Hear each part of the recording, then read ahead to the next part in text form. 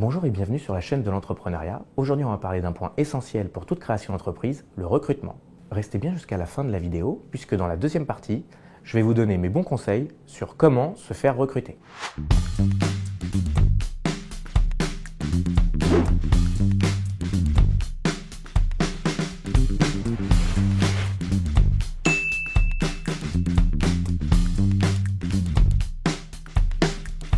Le point de départ, c'est de pousser vos annonces sur votre site personnel si vous en avez un. Bien évidemment, ensuite, c'est de travailler sur les réseaux sociaux tels que Facebook et LinkedIn pour pousser vos annonces. Donc vous avez deux options, une gratuite et une payante qui permet d'augmenter la visibilité de vos annonces. Bien évidemment, vous pouvez travailler avec les job boards traditionnels tels que Indeed, l'APEC et Monster, et il y en a des gratuits et des payants. Pensez bien aux mots-clés et au référencement pour les réseaux sociaux et les job boards. Mais avant cela, il faut travailler sur un point qui est essentiel pour tout bon recrutement, la fiche de poste. La fiche de poste, qu'est-ce que c'est ? C'est un document synthétique où l'on va retrouver l'ensemble des missions pour le poste proposé et le profil du candidat attendu. Maintenant, vous allez pouvoir rédiger votre annonce en présentant votre entreprise et en reprenant les éléments de la fiche de poste. Mon conseil, c'est d'inclure dans votre contrat de travail la fiche de poste. Ajoutez bien liste non exhaustive, ce qui vous permettra de ne pas limiter les missions du poste s'il évolue dans le temps. Maintenant que votre annonce est en ligne, vous allez recevoir des CV et des lettres de motivation. Point important, répondez à tout le monde, même si les profils ne conviennent pas. Par exemple, nous avons bien reçu votre candidature, mais malheureusement, elle n'est pas retenue pour ce poste. Autre exemple, si vous n'avez pas reçu de réponse de notre part dans un délai de 2 à 3 semaines, c'est que nous aurons classé votre candidature sans suite. Maintenant sur les CV que vous avez reçus. Vous allez devoir préqualifier au téléphone les candidats, salaire souhaité, disponibilité, etc., etc. Sur un CV, on peut écrire tout et n'importe quoi. Je vous encourage donc à voir le plus de personnes possible. Comme vous le savez, on peut tricher sur un CV, mais il est beaucoup plus difficile de tricher lors d'un entretien. Nous, dans les agences immobilières, on recherche 2 items, capacité de travail et rigueur. Et ça, on ne peut le voir que lors de l'entretien. Dès le début de l'entretien, posez une question sur la connaissance qu'a le candidat de votre entreprise, votre marque ou votre enseigne. Et vous allez voir qu'à chaque fois, on retrouve 3 cas de figure. D'abord, nous avons le bon candidat. Il s'est renseigné sur vous et sur votre entreprise. Il connaît les dernières actualités et connaît quelques chiffres. Ensuite, vous avez le candidat moyen. Il a fait très peu de recherches sur l'entreprise et quand vous lui posez des questions, il est honnête, il dit qu'il n'est pas capable de répondre. Et enfin, vous avez le mauvais candidat. Non seulement il n'a pas fait de recherche, et en plus, il va inventer des réponses. Lors de l'entretien de recrutement, il est important de présenter au candidat 3 choses. L'entreprise et ses valeurs, le détail des missions et l'environnement de travail. Du côté du candidat, vous allez chercher à en savoir plus sur ses compétences et motivations.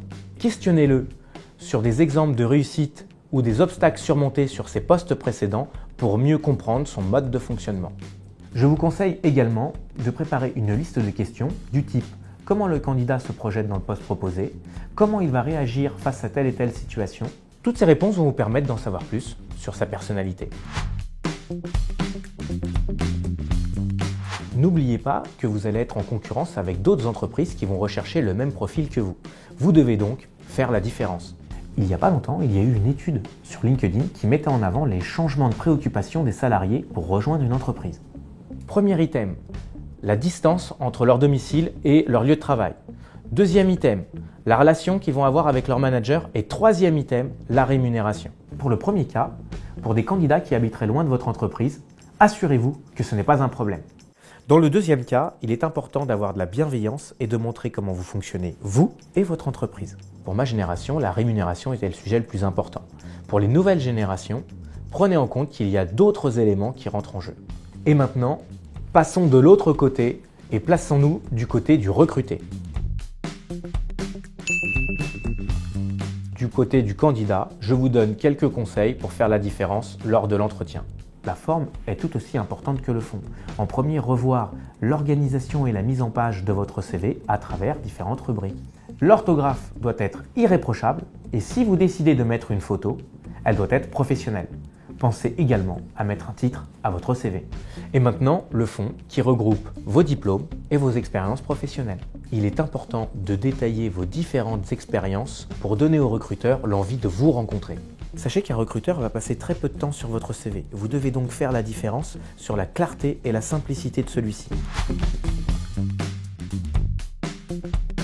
Mettons que vous avez décroché un entretien. Eh bien déjà, bravo. Pensez bien à confirmer par mail votre présence à l'entretien. Pensez à trouver votre interlocuteur sur les réseaux sociaux, notamment sur LinkedIn. Connectez-vous à lui et pensez à liker son dernier post. Pour l'entretien, voici votre checklist. Déjà, bien arrivé à l'heure. Ayez une tenue adaptée à votre entretien. Connaissez bien votre CV et surtout ne vous trompez pas dans les dates. Soyez capable d'expliquer votre parcours simplement. Restez synthétique et utilisez la parole active. La parole active, qu'est-ce que c'est? C'est de vulgariser au maximum des éléments compliqués, bien écouter et surtout bien réfléchir avant de répondre à une question posée. Faites attention aux questions éliminatoires. À la question « Avez-vous des questions ?», ne jamais répondre non, c'est éliminatoire. Pour finir, montrez à votre recruteur que vous êtes intéressé et curieux. Il faut toujours avoir des questions à poser, sinon le recruteur peut penser que le job proposé ne vous intéresse pas. Systématiquement, sortir un bloc-notes et prévoir un stylo pour prendre des notes. Prendre des notes démontre que vous êtes intéressé par le poste et que vous êtes une personne organisée. Il y a des recruteurs qui vont fonctionner en R1, R2 avec 2 rendez-vous. Lors du 2e rendez-vous, pensez à revoir vos notes puisqu'ils vont vous poser des questions sur ce que vous avez retenu de votre premier entretien.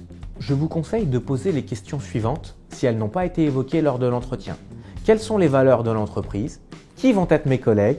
Quelle est la taille de l'équipe? Comment vous fonctionnez au quotidien? Quels vont être mes premiers challenges? Et pour finir, quelles sont les prochaines étapes du recrutement? Et bien évidemment, remerciez votre interlocuteur de vous avoir reçu.